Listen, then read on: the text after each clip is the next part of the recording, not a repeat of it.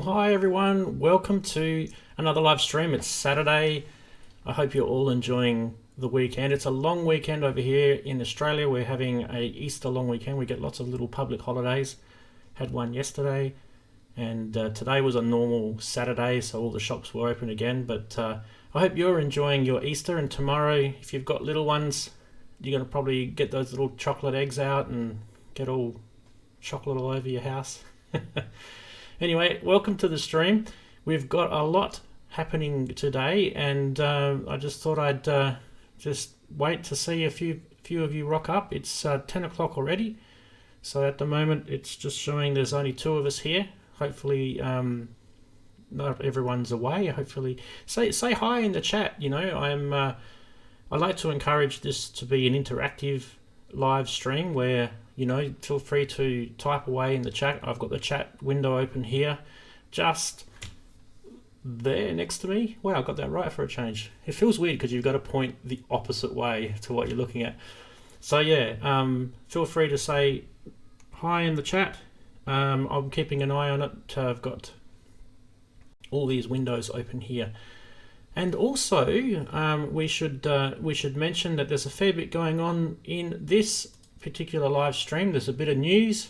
There's some funny stuff happening as well, which we'll definitely do on the funny side of things. And not to mention also, we are going to be looking at this. Hopefully this works. There we go. A Bass Station 2. Now you guys probably know why I'm going to be looking at the Bass Station 2, but it's there ready to go. I'm definitely going to show that a little bit later. But for now, please do say hi in the chat, and we'll definitely get stuck into proceedings. Now let me just load up the news. Okay. I'm just a one-man band here, and it'd be nice if I had a producer to help me with all this stuff. But anyway,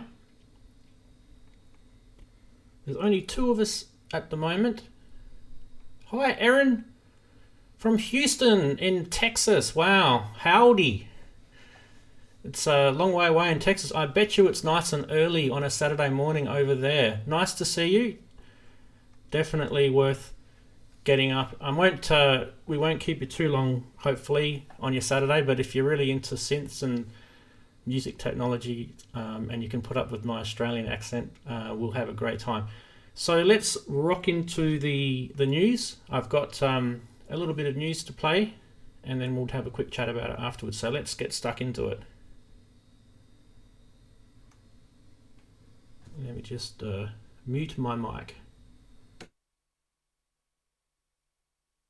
Well, there you have the news of the week that I've picked out those little snippets anyway. There's probably plenty more to talk about, but this is not a commercial. I don't get any sort of sponsorship from anyone in this channel. It's only a very small channel. So yeah, and you probably would have noticed that I released a video almost a week ago. I think it was Sunday, a few hours after Novation did release the actual firmware update. And this is the firmware update that we were talking about. So only just last Saturday in the stream, thinking that it was maybe weeks away. We didn't know. And so I just thought I'd bring this back up again. And obviously we're going to make this live stream all about this firmware update as a main sort of feature, because now we've got it and we can play with it in front of everyone. So yeah, it's definitely worth chatting about this. So I think that was a major piece of news. And what else have we got? So that's the Novation Bass Station 2 news. But what about this news? This is the latest news from Behringer. And once again, they're teasing us with more synths. And this time it's a clone of the Korg MS-20. And I don't understand this. What about you guys? Do you understand why Behringer are cloning synths that have already been cloned? They've done this with the ARP Odyssey, and now they're doing it with potentially with this MS-20 clone. They're going to call it the K20. There's a leaked picture of it there, and it's going to be pretty much just a module. There's not going to be a keyboard on it, which I think is probably a good thing, and I think it will be Eurorack compatible as well. Similar sort of form factor to the Model D and the Pro 1, which they haven't released yet. So lots of stuff coming out of Behringer. You know, it's impressive. Wouldn't it be better though if they actually made some stuff that isn't made anymore, like maybe the ARP Quadra or the VCS3? Now that would be pretty awesome. Anyway, what do you guys think of Behringer's news regarding this K20 or the MS-20 clone? Let me know in the chat. Definitely worth chatting about this one. And this bit of news is a little bit more personal, but very humbling. And I just wanted to say to you, thank you so much for the 3,000 subscribers. And it's probably a little bit more than that now, but I really, really, really am appreciative of that. It's actually very hard to believe that 3,000 people would actually want to listen to me. It's very surreal. Anyway, it's, you know, to you that are out there, thank you so much for subscribing. And, you know, for me, it's big news. Every single one of my subscribers that has been part of this channel, you know, for the last few years are all real subscribers. There's no, you know, paid or anything like that. It's all just slowly organically growing. So these, you know, all the 3,000 plus of you guys out there are all real, and you know, I am so humbled by the fact that you guys, I don't know, like what I do, or maybe you're just keeping an eye on me. I don't know what you're doing, but it's very cool. So thank you for that. Okay. So there was the news. What did you think, guys? You enjoy the news this week? Was there anything that you want to chat about? I'll just quickly, while we're talking, I'll just quickly talk to Aaron in the chat.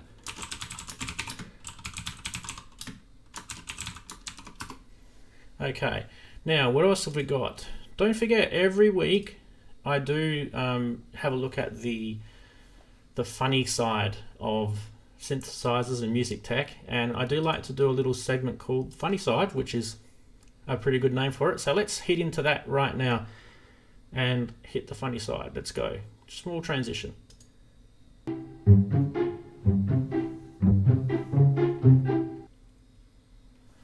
Well, there we go. This is the first meme that I want to check out this week, and it is pretty cool.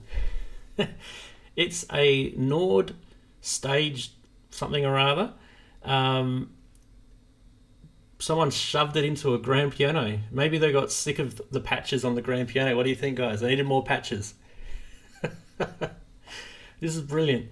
This actually really made me laugh, and maybe it's because I'm such a nerd, I don't know. But anyway, there's my first funny side, and I'll just go straight in. I'll go straight to the next one. I think this one, I've seen this one floating around a bit on the interwebs. So I've been planning on building a new studio, and this is the drawing that I came up with. Tell me what you think. I just need a little bit of room for the synthesizers, just a little bit more room, you know. You can just shove all the kitchen and dining and bathroom and all that into the corner, and the rest is for synths. Yeah. That's a good studio design plan. What do you think? Absolutely. And I'll get to the next one. Now, I don't know if you guys will get this one. I'll chuck it on. Can anyone recommend a modern replacement for this rare part in my vintage synth? Who gets it? Does anyone have a little bit of an electronic background? And chuck it in the chat if you get what this is about. Definitely. I will come back to this and tell you what the answer is if you don't get it, that's for sure. I do like this. This is actually pretty funny. Okay, and the last one is related to the Novation base station update, and someone's decided that they're going to future predict the next firmware updates for base station 2. We're going to have version 5 is going to have a 16 voice polyphony, 32-track sequencer, and DAW integration. Version 6 is going to have cinematic scoring mode, machine learning, and home network management. Version 6.3, music distribution service, threat analysis and response, and a civil defense system. And then version 7, Skynet. That's what happens when you start releasing lots of firmware updates. Everyone gets excited. Anyway, that's my my funny side this week. Hopefully it wasn't too boring.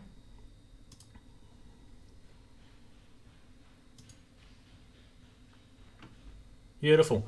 So we're back to my main chat now. Let me just grab the. Sorry, I'm just going to get myself organised for the next segment, which we're going to be looking at the base station 2, and I'm also keeping an eye on chat. And at the moment, we've only got 3 people on the channel, but that's all right. Those 3 people are cool. They're the coolest people in the world right now. And anyway, anyone can watch this video later on. It's going to be up on the channel later on.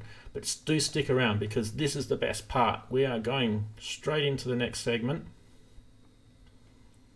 Before I do, I did promise you I'd tell you what that that funny meme was with the where's it gone? This one. I did promise you I'd tell you what that meant. And if anyone knows anything about electronics, that's a 0 ohm resistor, which means it's a piece of wire. So someone's after a rare piece of wire. That's the joke. Sorry, it was pretty nerdy. Yeah. Anyway, no problem. I thought it was funny. Maybe all the engineers would be laughing at that one. I don't know. So, right, base station 2. Who is keen on seeing this baby? Because here it is here. Hello everybody, I'm a base station 2. Actually, what's so cool about this is obviously the new AFX mode that it's got. And for those who don't know what AFX mode is, basically you program one single patch up here. So that's just like any normal base station patch. You enable AFX mode. And to enable the AFX mode, I need my notes. Which one was it?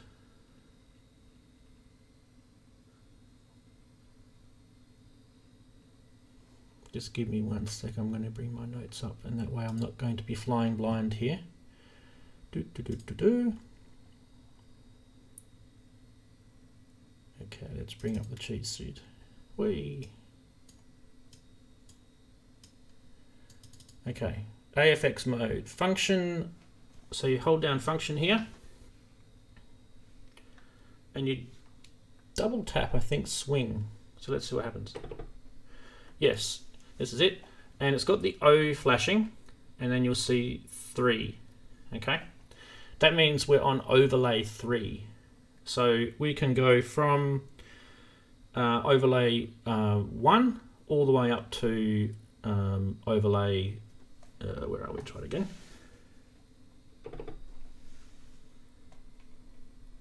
So overlay 1 to 8. Now when overlay 0 means it's off, so overlay 1 pre-programmed, and you'll see. Let me know if that audio is coming through. And my audio.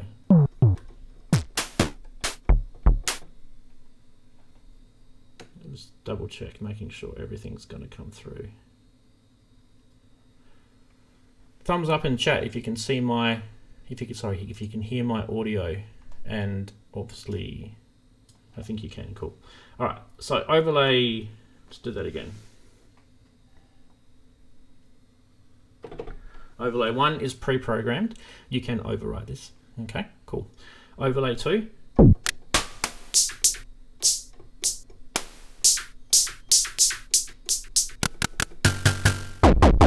So as you can see, each note on this keyboard is a different patch, but it's not a different patch from your patch memory. It's a different patch that you've programmed whilst in overlay mode. So you can, it's kind of like a percussive benefit to you. It does time out, so you have to quickly go back to it. Overlay 3.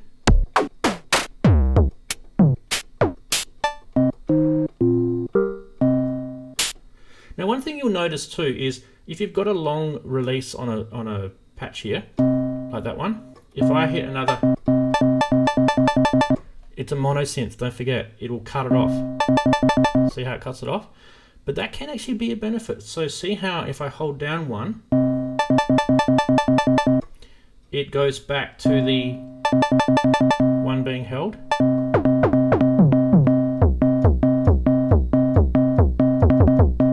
So you can get some sort of musical thing out of that.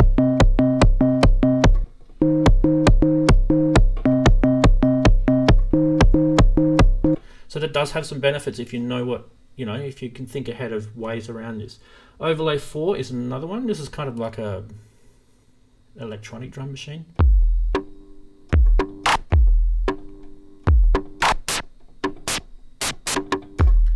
So heaps of stuff already programmed there. When you get to overlay 5, it's just empty. All the way up to overlay 8, they're all empty, okay? So you've got to program those yourself. I think it's cool how Novation have already given us a whole bunch of them, and then they've given us a whole bunch of blank ones. Now to program it, it's actually really, really easy. You just hold down your note, and then you start adjusting the parameters on the synth.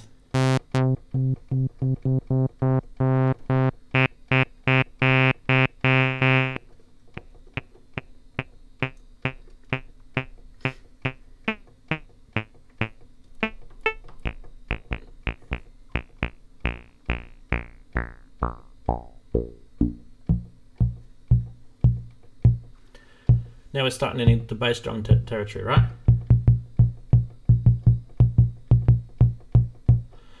So that's it. Now I've programmed that patch. See how that one there is not programmed, but that one there is, right? Okay, now let's program this one. Let's make it a snare sound.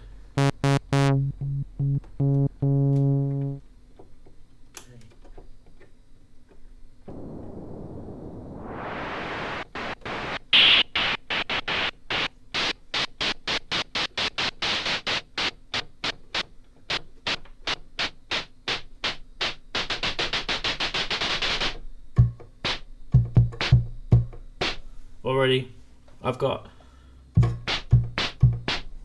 the beginnings of a drum machine, and you just saw me program that. So if you don't know how to program drums, you've just learnt. I've just used a filter for my bass drum and noise for my snare, and you can also make that snare a hi-hat. Let's do this one.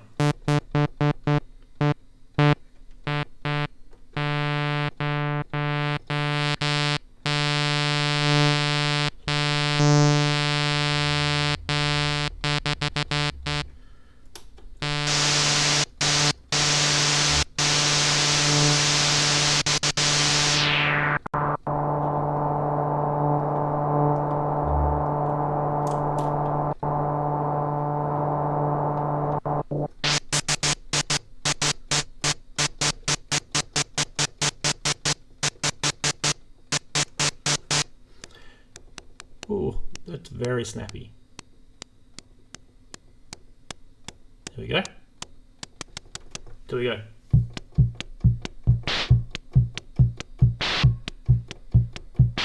There's my little... That's my 3-voice drum machine. Yay! I can sell that patch for millions. Anyway, that is how you use the AFX mode on the new bass station 2, which I think is actually pretty easy. When someone shows you, of course, or you can just try and read the manual like I did. Anyway, AFX mode, awesome. And it remembers it into your patch. And just remember, if you want to change that function, swing, swing, I can go back to the pre-programmed ones. And back to the one I did. Ah, it's gone. What have I done? Ah. I forgot to save it. So once you've done this, remember to hit the save button here and it will save it. Okay? Doesn't matter, I can do it again. Yeah. Let's go back to theirs. I think it's safe to say theirs is better.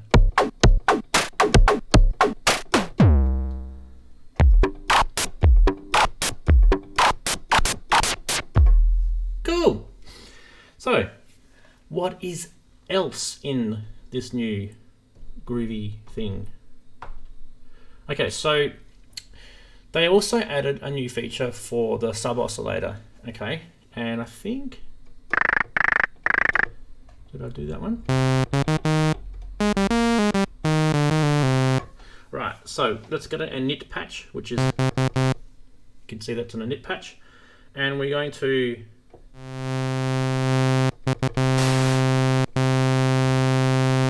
make sure that we've only just got one oscillator going, and then we're going to add the sub oscillator in. Okay, now if I want to tune the sub oscillator, I think I hold down function.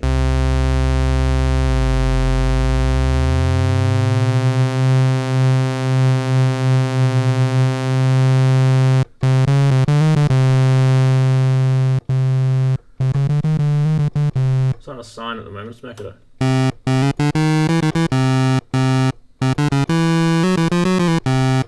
Right, now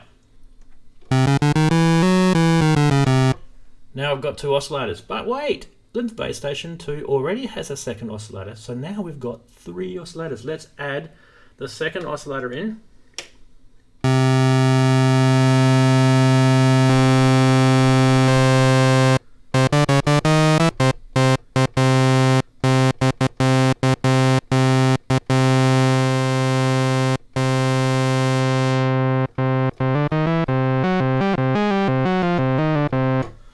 So now we've got 3 oscillators.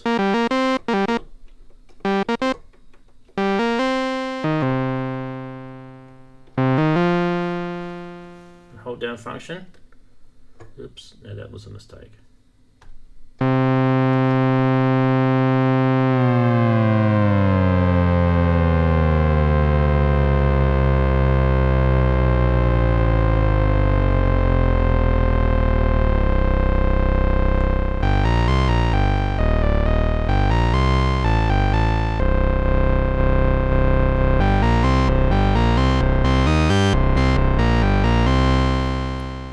That's a thick sounding, very thick sounding synth now. That is an absolute massive addition to a firmware update, which you get for free, which I think is pretty awesome. I'm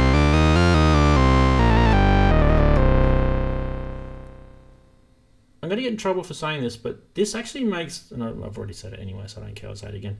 This makes this on par with the Mini Moog. So 3 oscillators. And in fact, a lot of people use the third oscillator on the Mini Moog as a sub oscillator. So essentially, you know, okay, we're not talking about filters here. We're not talking about VCOs versus DCOs. I'm just talking about how you use the oscillators. It puts it on par with the Mini Moog. So, you know, yes, the sub oscillator is pretty basic. You've got only 3 waveforms to choose from. Well, really, it's only 2. There's a square and a pulse square and a sine. But beggars can't be choosers. Remember, it was a free update, so I'm pretty happy with it. Don't forget to jump into chat to let me know if you're happy with what I'm doing. Don't forget to ask me questions as well, because questions are cool, man. Right, the other cool update was this envelope retrigger count feature, and I already did a patch here before. This was actually in my video. This is my crickets. Now, if you actually count, hey Mitch, nice to see you, mate. You are not late, you're never late, nobody's ever late. We're still rocking and rolling. You missed the first segments, but you can go watch them later when the video uploads. So if you actually count, when I hold this key down, you can count. It actually re-triggers 8 times. So the envelope is looping, re-triggering 8 times. And we can have a look at how this works by going into mod envelope. So you hold down function, and where's the mod envelope, which is there. So you go 1, 2, 3, 4. Okay, so there's 4 settings. So that one's a normal mod envelope setting. This one is to turn read trigger on, so you would do that. And then this one is the count. So you would do, no, I had 8, didn't I? Well, let's make it less. Let's make it 2, so you can count.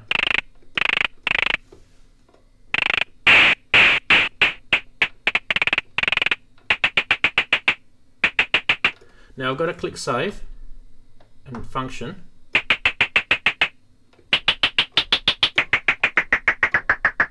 So you can see that working now.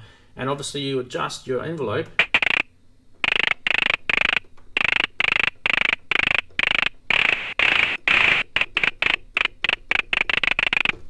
And that's how you use it. It's really easy. And then obviously the benefit of that is quite a percussive benefit for drums. And you can get some of those Korg MIDI pop sounds going. So I'm going to show you the next feature, which is the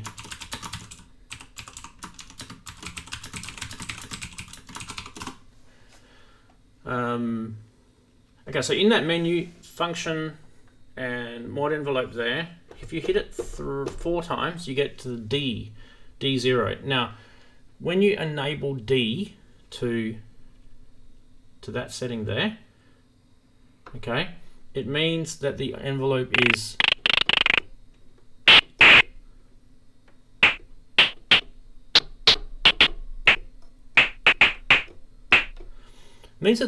is going to always play the same velocity based envelope. So whether you hit the key really fast or really hard, that envelope fixed duration will ensure the envelope plays all the way through, which is important because you will have a consistent sound for a particular percussion or a sound that you're all of this stuff is important when you've got tools to design sounds, and the depth of this synth now for designing sounds is huge. And the other one was glide divergence. Now, when I did my video of glide divergence, right, I'm going to show you glide divergence first. We need to get 2 oscillators.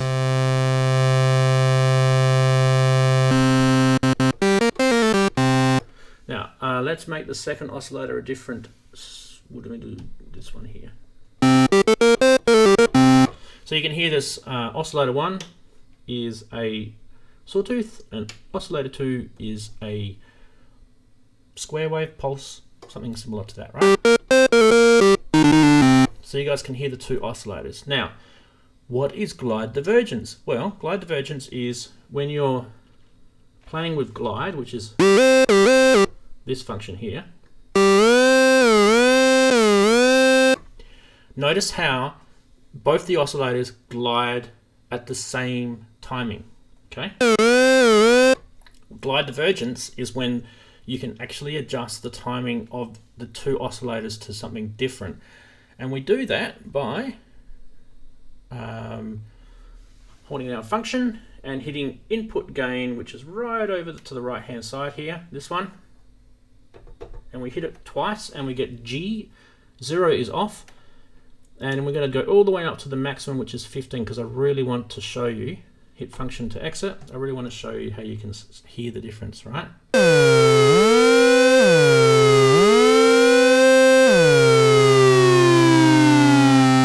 So you can see it eventually does catch up to each other, but they're definitely both.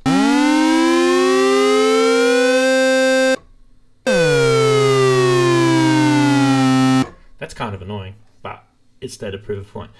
Now, the thing that I didn't know you could do, and was playing with it, I guess, after I did the video, because I only did the video 5 hours after this firmware update came out. If you turn glide all the way off, right? Notice how the second oscillator is still gliding, but the first isn't.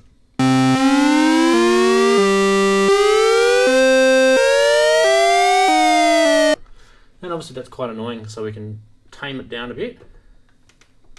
And let's do it pretty subtle, like say 5.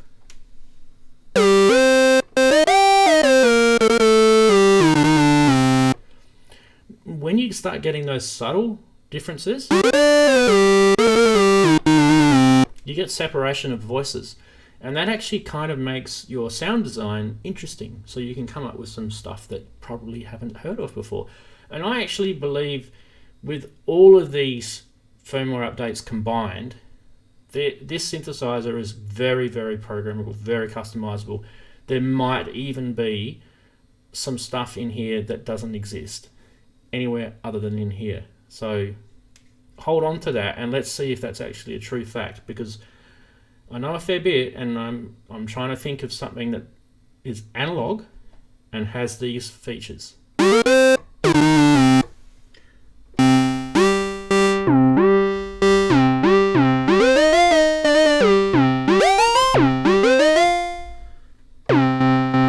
Now let's make that second oscillator lower.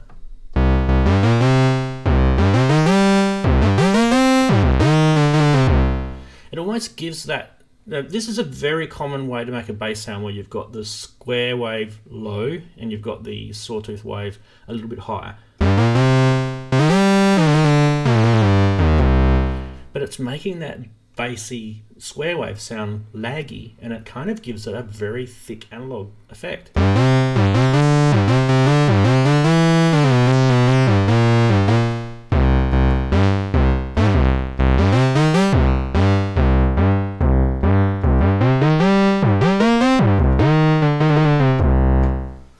Anyway, that's glide divergence, and it may come across as something really, really basic when you look at those firmware update notes, but really, when people show you what you can do with them, it makes it something a lot better and a lot cooler. So, hey Thomas, thanks for joining us, mate. Nice for you to pop into chat too. It's always really cool to see everyone pop in. So Thomas says he had this synth and always hard to make my own sounds. The arpeggio is the best one I ever tried. Okay, the arpeggio. So you like the arpeggio on this thing, which is this.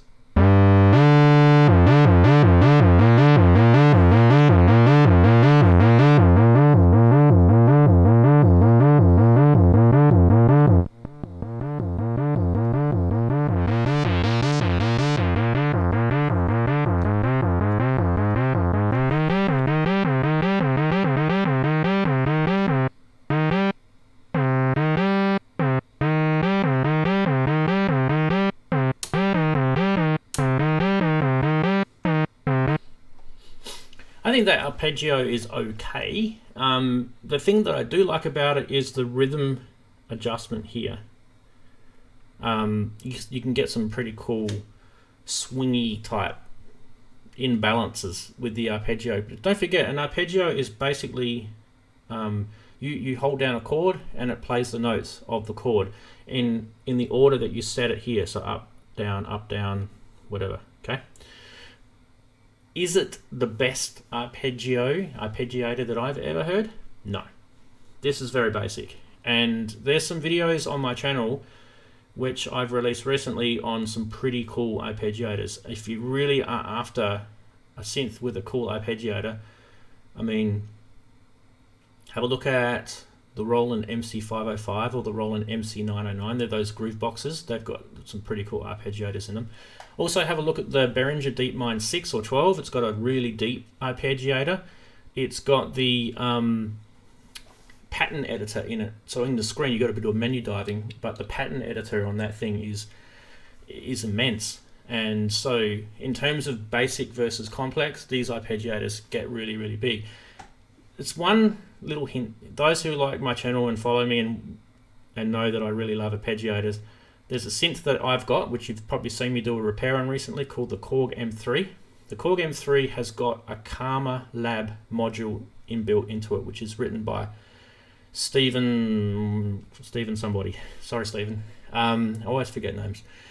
Stephen's Lab or Karma module is basically a motive-based arpeggiator. It's massive. And I'm going to show the Korg M3 with the Karma thing as the arpeggiator to show what sort of nth degree you can go to with arpeggiators. And I know you can't get the Korg M3 anymore, it's discontinued. You can get them secondhand, of course. But if you really do like arpeggiators and you want to have a play with them and get really stuck into doing things like motives, check out the Noodler. The Noodler is, I've got one recently. It was a Kickstarter project a year ago, maybe a year and a half ago. It recently completed. Kickstarter went to Indiegogo. It's finished that now. If you go to conductivelabs.com, I think that's their website. I'm doing all this off the cuff. I don't have any information in front of me. Check out Noodler. It's spelled N for November, D-L-R. D for dog, L for Lima, R for Romeo, Noodler. In fact, I'll put it in chat. Noodler, like that. Okay, so check out the Noodler. That is probably the best hardware arpeggiator you can get. That is pretty affordable. I think it's only a couple of $100, and it's all MIDI based. So there's no sound in that thing. It literally, it's a box that sends MIDI notes out. You've got to plug your synthesizers and things into it. But this video is not about the Noodler. But it is about arpeggiators. Hey Black Mirror, thanks for the Q&A. Could you highlight some of the other updated features beyond the AFX, please? Absolutely. We just did, but I'm more than happy to go through them with you again. So there's the fixed envelope duration. There's the envelope. Who cares how you say envelope? Ugh. If I get it wrong and you guys don't like it, just correct me. Aussies say things weird. There's the envelope re-trigger count, which is all still part of that envelope menu. There's the glide divergence, and there's the sub-oscillator coarse detune, and also sub-oscillator fine detune, which I didn't even show. Okay, so what we were doing before was the glide divergence. So Black Mirror, if you want me to show you that, I'll show you that now, because this isn't AFX. This has got nothing to do with AFX. This is just a nit patch here on my base station, and all I've got is two oscillators, oscillator 1 and 2. So oscillator 1 is a sawtooth, oscillator 2 is a square wave, which is slightly lower on 16 foot. The sawtooth is on 8 foot. Okay. Now what you can hear is something that I discovered with this glide divergence, and that was that if you've got glide completely turned off, right, you can actually hear the second oscillator, which is oscillator 2, still gliding. Why is that? Because I've got glide divergent turned on for the second oscillator. It's function, input gain, hit it twice, and you'll see G5 here, and you can see that my glide divergence is set to 5. If I put that all the way up to 15, the second oscillator will glide and the first doesn't.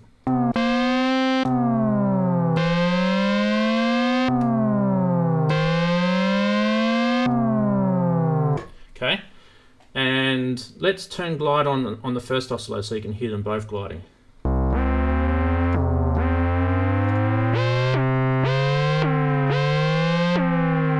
So you can see they're both gliding at different rates, and that's the whole point of it. But the cool feature that I found, which I liked, was the fact that you could just glide the second oscillator.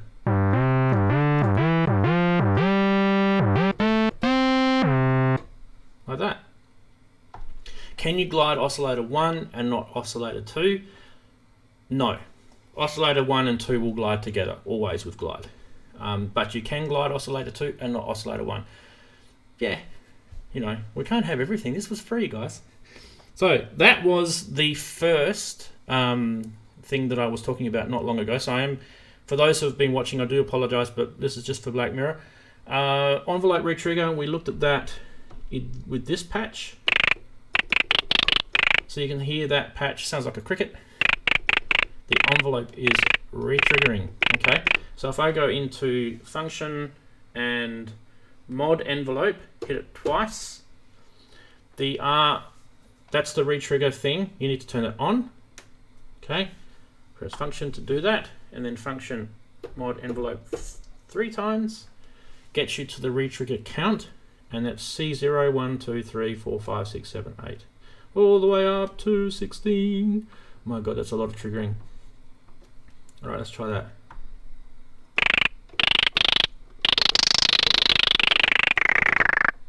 And you can adjust this. 1, 2, 3, 4, 5, 6, 7, 8. 1, 2, 3, 4, 5, 6, 7, 8. See that?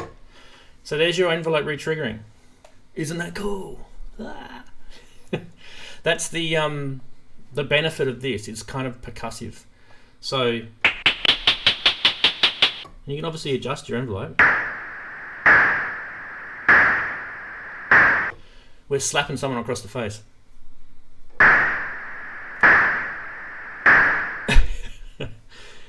I'm being stupid.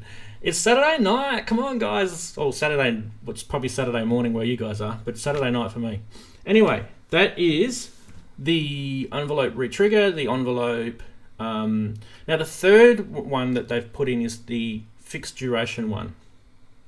And you get to that by going function, same one again, mod envelope, and you hit it 4 times, and you get to the D0, and you just turn it on.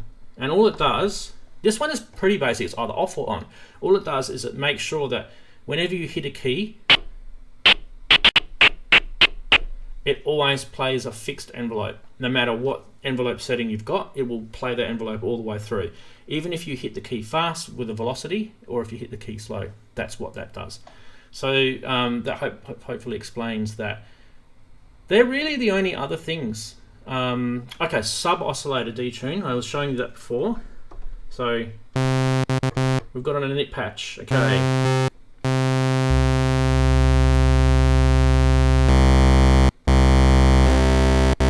Okay, you guys can hear that second sub-oscillator, right? Now, if I want to detune the sub-oscillator, hold down function.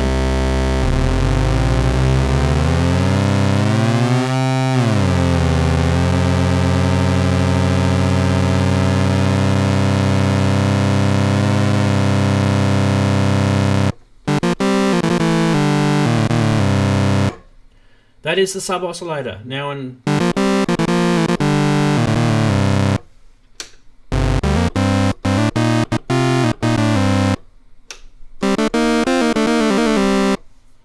hey, how cool is that? And notice how oscillator 2 is not running.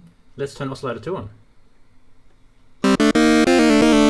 Now let's make oscillator 2 .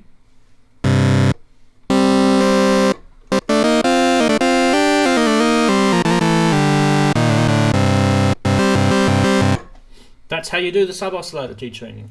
So all you have to do is just turn your sub-oscillator on and hold down function while you're adjusting the tune. Now the coarse tune and the fine tune both work, so you can get it really.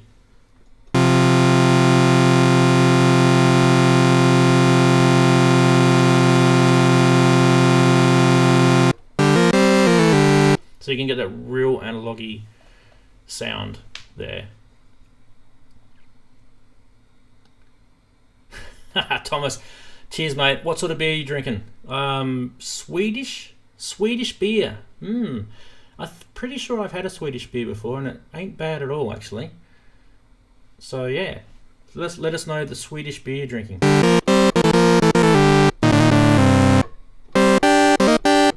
How thick does that sound now? I mean, can you guys believe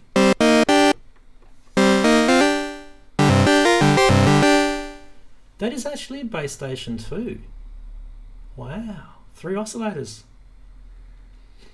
Yeah, don't neglect your base station 2. This thing is big. Don't forget though, in the previous, keep banging my desk with my knee. Sorry about that. Don't forget, in the previous software update, we had that paraphonic mode. So you can actually still detune. Let's try that. So we're going to go paraphonic mode. We will do that by holding down function and then oscillator 1, 2 sync. Where's oscillator 1, 2 sync? There. And we just hit it twice. Boom, boom. Notice how P0 is there. We just go into P1 and it turns paraphonic mode on. Press function to exit.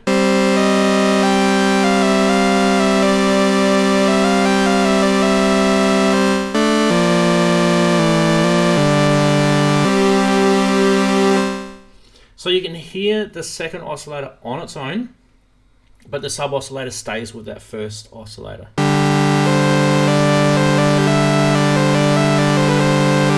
See that? So how cool is that? Now you've kind of got two oscillators and another one that you can play as a separate node. Now, there's actually another thing that you can do with that. Now, I know you guys mentioned that you don't want to hear AFX mode, but this actually does benefit AFX mode. One thing that we've found out with AFX mode is that you can play, so let's go to our AFX mode here, right? I've got this one. All right, let's do.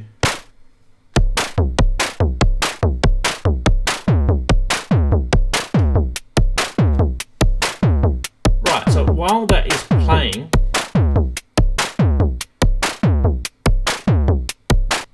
if I had another keyboard plugged in to the MIDI in on here, which I'm not going to do because I just haven't got time to do it right now, and I'll have to go on. Yeah, you get it. There's these kind of notes already pre-programmed into this patch. You can get those patches can be set to paraphonic mode, and that means that this can be playing at the same time as, with one condition, that it will work with the envelope and the VCA and the filter. So paraphonic mode, remember, shares the same envelope, the same filter and amp, okay? But if you want to get creative with your sound design, there's a little hint for mode and paraphonic mode. So the previous two firmwares are now working with each other. And have I crashed?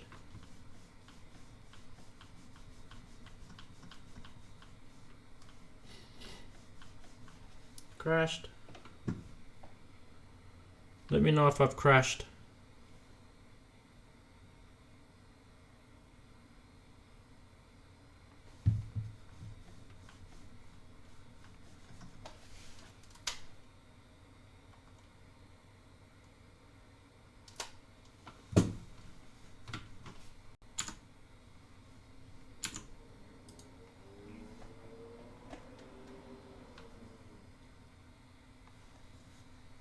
I think I crashed.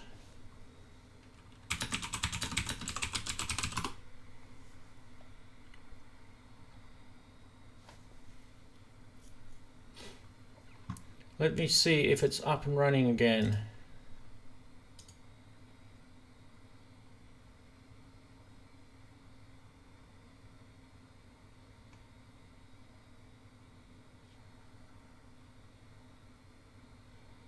It hasn't come back up.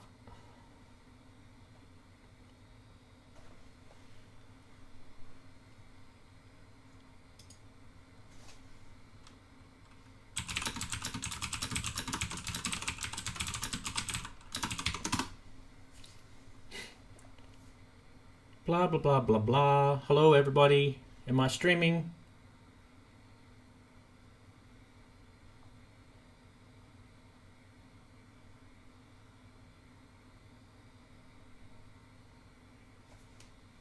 I think I am.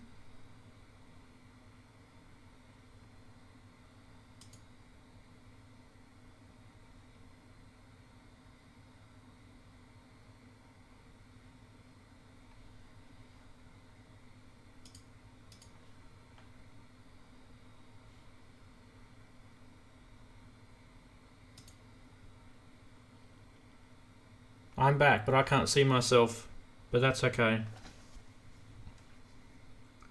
I will just fly blind. There's something technically going wrong probably with my connection to YouTube, but OBS is saying that I'm streaming and my mobile phone is saying that I'm streaming. So cool, we'll just keep going. Let me know if in the chat if I disappear off stream. I just lost a whole bunch of people because of that. Oh, bugger. Anyway, what is the maximum number of arpeggio notes possible at any one time? I don't know.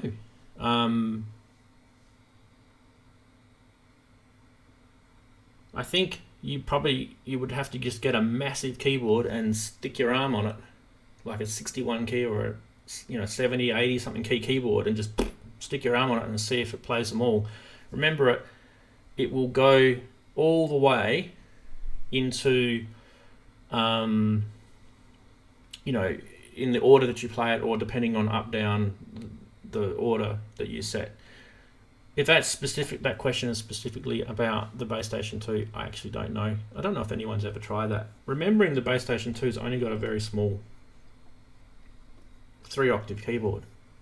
So what is that, 25 keys if I remember rightly?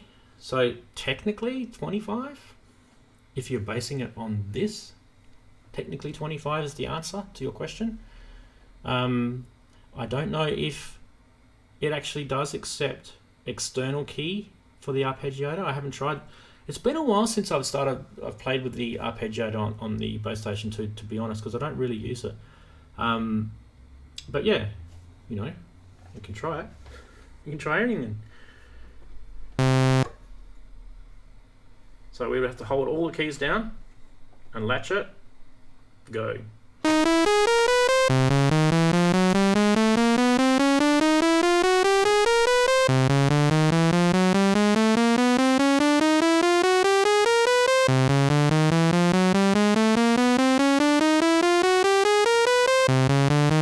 I think I might have missed some, but I think that's getting to the 25. So that might be the answer. Anyway, I don't know why you'd want to do that, but technically in the AFX mode, you may want to do that.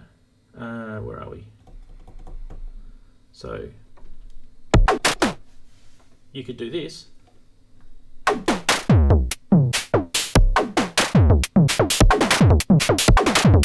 mean, have a look at this. The electronics in this thing is so reactive. I've got this thing playing virtually a whole octave here.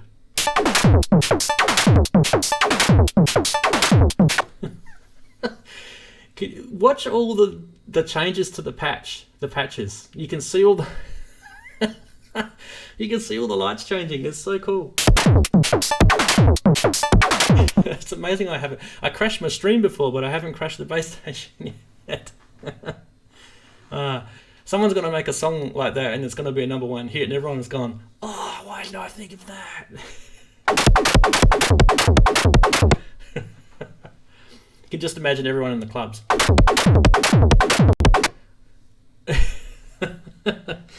Anyway, AFX. They're all cheering out. AFX. It's going to be like the new 303 thing, isn't it? Like 303 AFX. Anyway, sorry, I'm getting carried away. So where were we? We were talking about all the new features of the firmware update, which we've done. I think we've done it. What do you guys think? I think we've done it. Yeah, we've done it. I want to show you guys something. How many people are here? 5. Yay! Say hi, everyone. Hi, everyone. Let me just jump to this for a sec, all right? Why is this working for me now and it wasn't working before? Don't you just love YouTube? It is so predictable. Not. Okay, I know the stream's working because YouTube is telling me it is, and I can see people talk. All right, so what did I want to show you? Today I got something, and you might be happy for me, but you may also be sorry for me at the same time. This is what I got. I'm going to grab it. Hopefully I don't knock the microphone. Can you guys see that? Here we go. Let me get it in camera. That way. Rack Brute. Haven't even opened it yet. Arturia Rack Brute. Yes. Who is feeling sorry for me now? Who's feeling sorry for my wallet? My wallet is going to be very poor. And I just want to let you know that everything that you see on my channel, unless I say otherwise, and I don't think I've ever had anything given to me for free, costs me money. So I went and bought this today. And yeah, I'm actually looking forward to it. I am going to delve into the depths of Eurorack, which is why I'm saying, do you feel sorry for me? Yep, Eurorack. Okay, so what's my plans? Well, we all have plans and they might necessarily happen the way we think they're going to happen, but at this stage, my plans are basically, I'm hoping to make my Eurorack going to be kind of like an effects / modulation kind of thing. I don't know if I want to go down the path of having it be another synthesizer. I mean, essentially, that sort of thing could excite me if it's kind of like along the sort of Buchla or the West Coast synthesis side, but I think I think maybe for me at this stage, what I'm hoping to do is I want to make as many modules myself as I can. And now I'm an absolute, amateur when it comes to soldering and electronics. And you guys have seen probably on my channel videos of me soldering. I'm not the best at it, but I want to do this for me because I enjoy that sort of stuff. Yeah, I know it's nerdy, but I want to do that kind of stuff. Now, the first project that I want to do is I want to get the old circuit, which I've got a schematic diagram of the EHX or Electro Harmonix small stone from the 1970s. I've got the Nano, the latest modern version of it. Doesn't sound the same, so I actually want to recreate my own. But not only that, instead of just making another guitar pedal, I actually want to put it into a Eurorack, and I want to have control voltage inputs and outputs on it so that I can actually manipulate things like the LFO rate, the feedback, the resonance, the color, all that sort of stuff that's part of that circuit. So I'm going to modify the circuit to some degree. So we'll see how we go with that. Anyway, that would be my first project, and I may not even succeed. I don't know. But these are the kind of things that I want to do with Eurorack. And I think because I've got hardware synths, do I need to have another synthesizer in Eurorack? Maybe, I don't know, I probably will go there. But the reason why I got the Arturia Rack Brute as a case design is because, in a way, it's kind of modular, and you can put these together. So you can have the 6U, which is the two rows, 2 3Us. And then you can get like another 6U and it can sit on the desk like that, and you can have them like this. So, I don't know. Yeah. ABCA 303. Yeah, I know, man. But you know what? If I do most of the stuff myself, if I make it myself, as opposed to going out and spending hundreds and hundreds and hundreds of dollars on pre-made stuff, I can save a lot of money. I mean, if you've got resistors, capacitors, those things don't add up to much. You can get them off of AliExpress really cheap. You can make your own Eurorack modules really cheap if you know what you're doing. So it's when you buy the pre-made ones that's when your wallet goes down the tube. Seriously, like the other day I was looking into Eurorack modules, and I thought to myself, everyone raves about this new Strymon Magneto. And I was watching YouTube videos of it, and I thought, wow, this thing's amazing. How cool is it? So I went to my local store and asked them how much it was, and it was like 700 Australian dollars. And I went, I'm not paying 700 Australian dollars for a Eurorack module. I don't care how good it sounds. Like, that is insane. And the thing is digital. So yeah, Strymon makes some awesome gear, and I've got a Strymon Big Sky pedal, but I didn't pay 700 Australian dollars for it. So you're right, you can really completely abuse your wallet, but if you're smart, you can do it on the cheap. Yes, that Rackbrute case did cost me some money, but the way I looked at it, I'd researched what are they called? Pittsburgh make a do-it-yourself power kit, which comes with the rails and the power module and the plugs and all that sort of stuff, and then you just make your own rack out of wood. By the time I paid for that, got it imported and freighted over to Australia, paid GST on it, because everything in Australia that you buy overseas now has GST on it, which is 10%.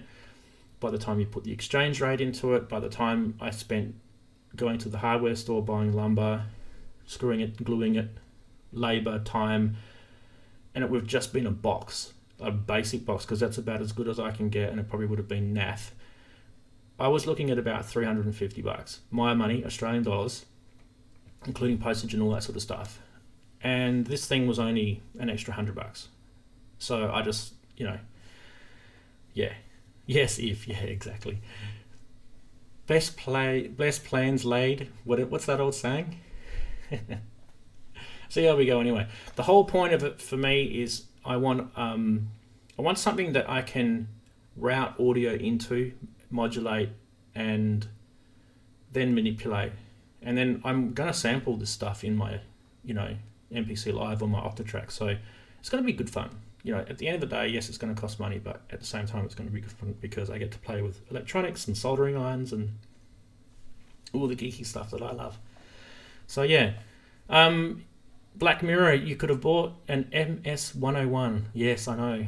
But I don't know if you guys know this, but I've bought the VC340, the string machine, which is the Roland VP330 clone that Behringer have brought out. I haven't got it yet. It's been ordered. It's on back order. I know a few guys have recently got shipment of theirs. I had word that April the 24th was the date that they would get the next shipment, so that's only 4 days away. Cross fingers, that's going to be the case, and you guys will be seeing videos from me with this new string machine. As you guys know, I love my analog strings, so it's in my music. This thing's going to be amazing. I also pre-ordered the new TC Electronic June 60, which is the Juno 60 chorus pedal, and so I've pre-ordered that through Sweetwater, and I don't know when I'll be getting that. It's May, who knows? So I'm kind of looking forward to that. I believe the production has been hampered with some firmware bugs on that, so they'll get it back out as soon as. I know people have got them, but I think they got a pre-release. So anyone who's got one of those June 60 pedals may find that there'll be a firmware update coming out on that very soon. The Magneto pedal is Eurorack module that I was talking about before is actually really cool. I'm not dissing it at all, but I just can't justify that sort of money for an FX pedal. That's why I never bought the H9. I always wanted the H9 from Eventide. I was going to get the Max because I thought it was really good value, but by the time I buy it here in Australia, it's $1,000. $1,000 for an FX pedal. Come on, that's just getting silly. That's silly. I can actually build a whole Eurorack for $1,000. So I'm not gonna be doing that. You have to think about what you can achieve with your own money at the same time as whether it's benefit. You've got to have a plan.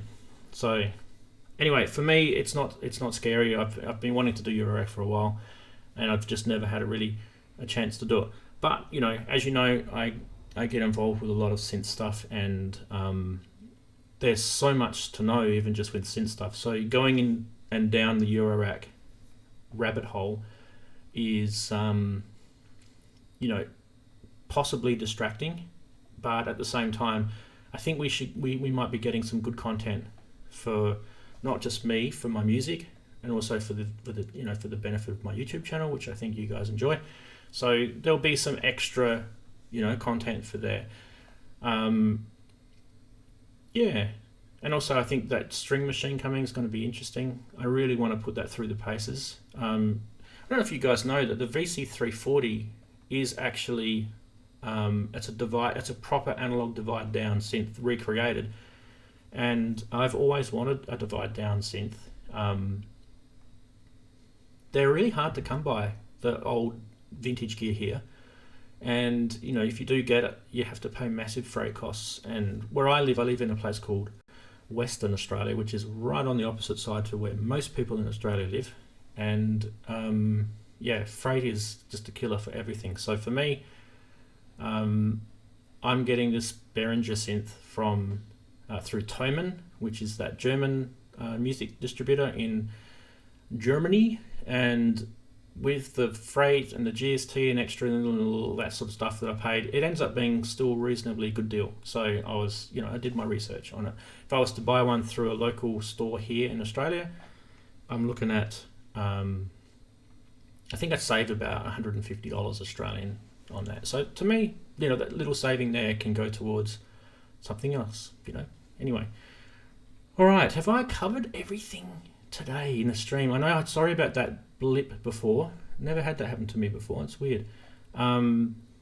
Is the stream going all right? Is it nice and clear? Are you guys you're not getting drop frames or anything? Being in one of the most remote cities in the world, you know, it's quite understandable that the live stream might be dodgy. So trying to really keep an eye on the chat to make sure you guys get your questions answered. At the moment, I can see there's only 3 of us, so that means we did lose a few people, which is unfortunate when the stream went down. But when the stream is over, there'll end up being 2 videos, so I'll have to work it out, part 1 and part 2. Do you guys want to see some more of the base station? Are we good with that? Have I covered all of that? Do you guys want me to talk some more about the rack brute? This thing? I'm not going to do an unboxing on YouTube. It's pretty lame. I don't know, can you guys see those drawings there? Let me just lift it up a bit higher. See those drawings down the bottom? Do you see how you can well, they've got the one on the far right hand side there. See how you've got 2 Eurorack modules together?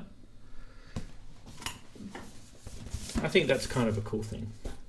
So if I do plan on growing it a little bit, I like the idea of one being, you know, one being down below and one being up here. And you can work on the 2. I don't know.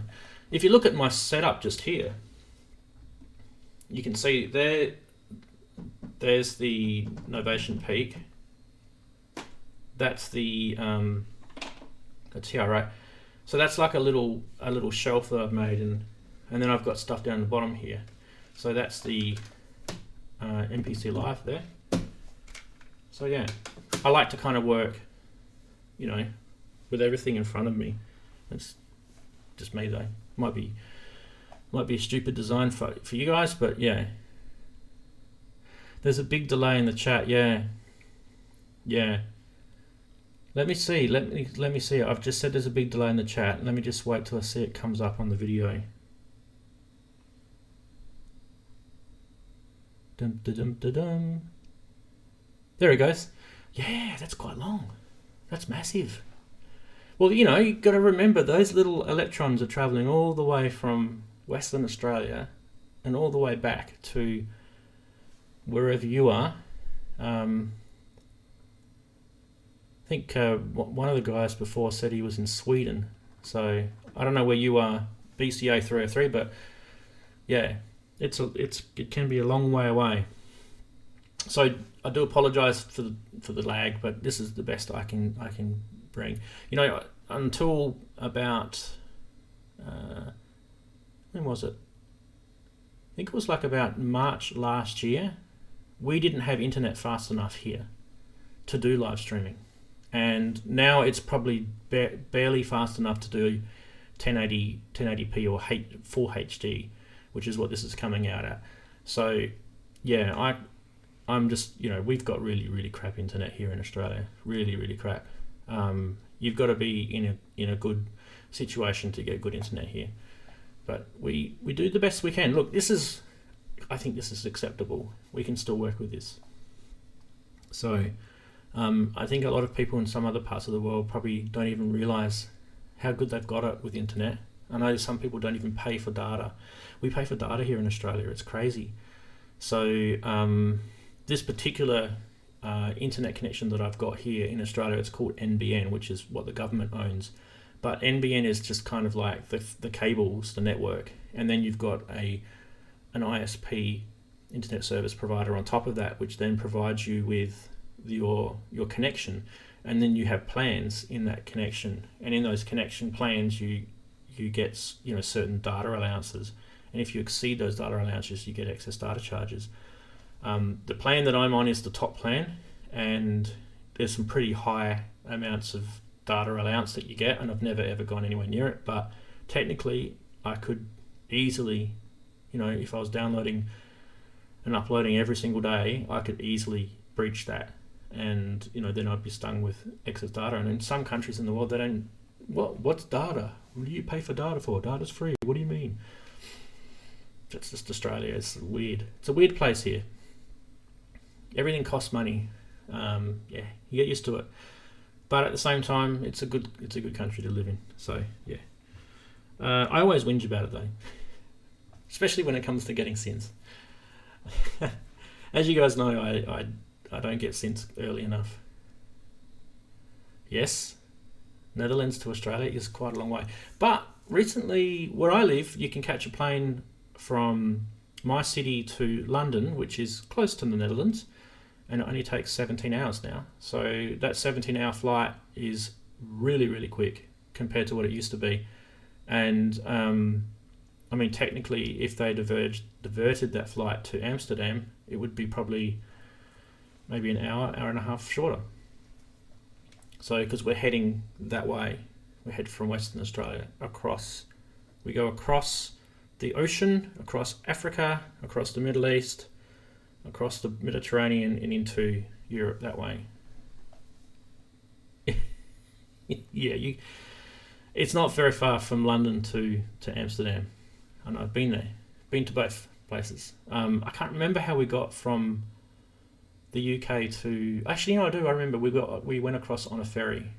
They didn't have the tunnel that goes through the English Channel when I was there last. But yeah, it's been a while since I've been there. But yeah, Amsterdam's a cool place. And the Netherlands is a cool place. I loved it. It was awesome. It's we went to this cheese factory, and the guy... there was a guy that was telling us all about these different cheeses, and God, it was funny. It was one of the funniest things I've ever seen. It was so funny. There was this cheese that they were making that had chili in it, and it was called dynamite or something. And there was a Dutch word for dynamite, and he kept saying it, and it was quite funny.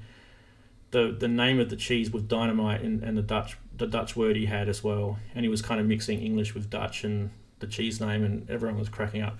I just remember it being extremely funny. But yeah, that's my Dutch experience. Anyway, so Q&A. Had a few people already ask me about the Bass Station 2. I think I've covered most of the questions on that. During the week, I've been getting quite a lot of questions on YouTube about a whole bunch of stuff, and I don't know, I guess I could maybe look at some of those. So let me just grab... Right. So where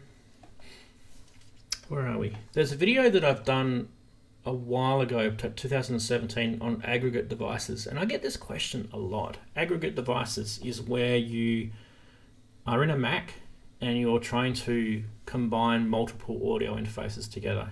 And so I did a video on it because lots of people were asking me, how do I do it? How do I have a Roland MX1 mixer and a Focusrite Scarlett, and how do I have them both in my Ableton or in my Logic or whatever, right? And the answer was that you create an aggregate device in your Mac. In Windows, you use, I think, ASIO for all, and there's some other things you can use in Windows. So we're not talking about Windows, we're talking about Mac specifically here. Anyway, so people keep asking me questions about how do I run, I know this guy was asking me about Complete Audio 6, which is another audio interface.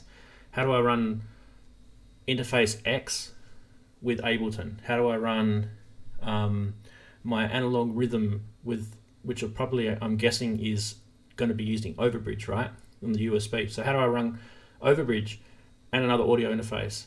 And the answer is exactly the same as the video was talking about MX1 and another audio interface. I think I had a Studio Live Presonus mixer. So I had two mixers and I actually combined them together. So the answer is the same. You add the two audio interfaces in the audio MIDI setup, which is part of the Mac OS operating system.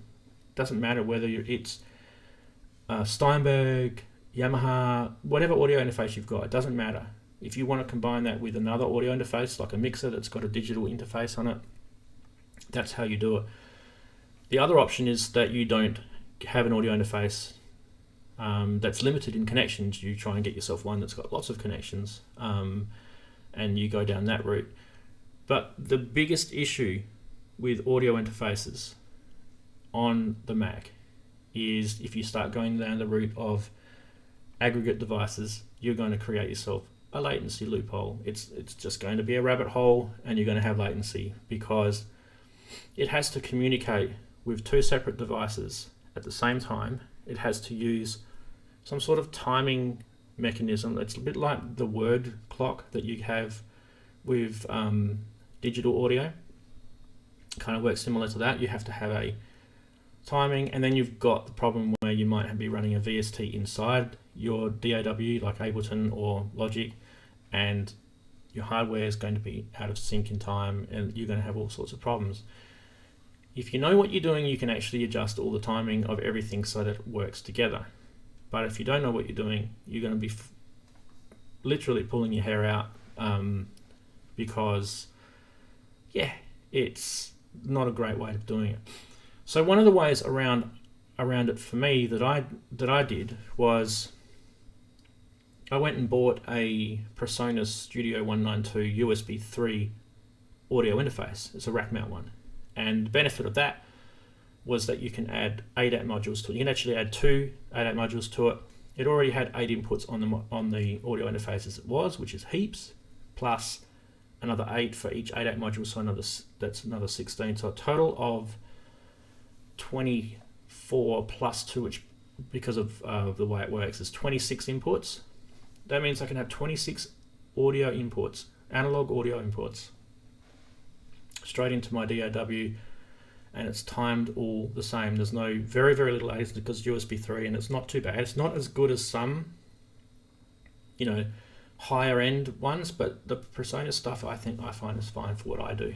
So aggregate devices is kind of like a cheap workaround, if you're running out of inputs. So what's another way of doing it? Another way of doing it is to multi-track your recordings. So record, if you've only got 2 inputs on your audio interface, that means you're only going to be able to record either two separate mono tracks or a stereo track at a time, and you're going to have to keep layering and multi-tracking. And yeah, that can be kind of annoying. So, get a better interface. But if you've got in my case, let's look at the Roland MX1 mixer, which is just there. That's actually got 18, technically it's got 18 inputs. Now, it's not really 18 inputs, but technically it does. That's a lot. I mean, you can get most of your sounds in 1 or 2, multi-track sessions in that. Just work that way. You don't have to just push everything all at the same time. And even if you were doing that, if you wanted to record everything all at the same time, you're going to sort of that recording studio level sort of, you need to ask yourself, do I need to go to that level? In which case you probably should be buying yourself one of those really big mixers, like a 32 channel mixer, and one that's got a digital interface, and then you've got 32 channels. You know, there's the X32 from Behringer, that's pretty cheap. Or there's the Studio Live mixers from Presonus, which are digital and they're awesome. Allen and Heath, you know, there's heaps out there that do it. So aggregate devices are big questions that I get all the time on my channel. I'm happy to answer them, which I do. But just for those who are interested, I'd probably stay away from it. Unless you're in a dire need of to do it, I would stay away from it. That would be my advice. What do you guys think? Do you guys use aggregate devices? Have I stopped streaming? Am I still streaming? Yeah, I'm still streaming. Good.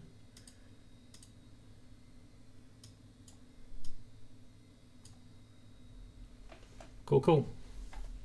All right, so let me see what we've got here.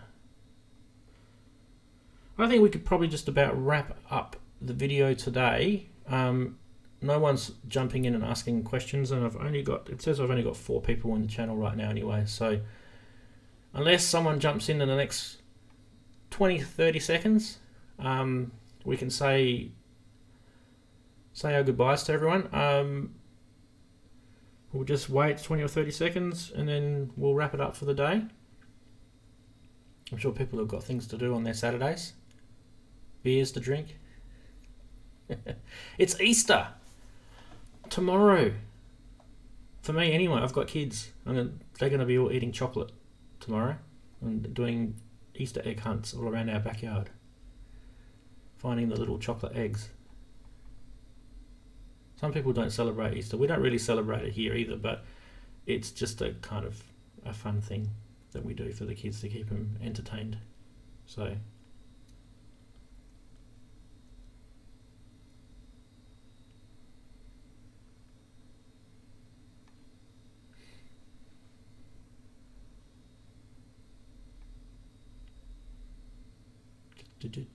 I did see something pop into chat just then, and I saw that it was in a different language, so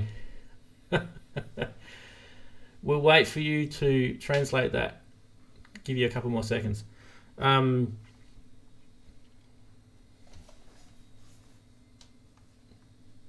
Hopefully you haven't dropped off the scene here. So yeah.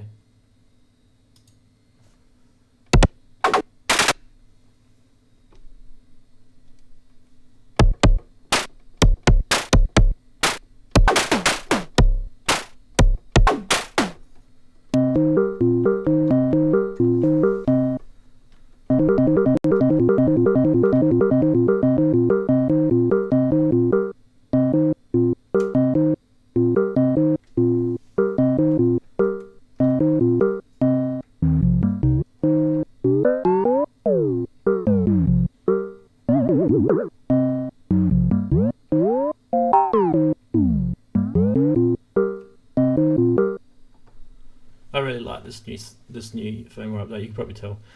Alright guys, well, I will end the stream here. I've gone a little bit over time for today, but anyway, it's been worth it. Happy Easter. If you don't celebrate Easter, have a happy weekend. It doesn't matter, you know.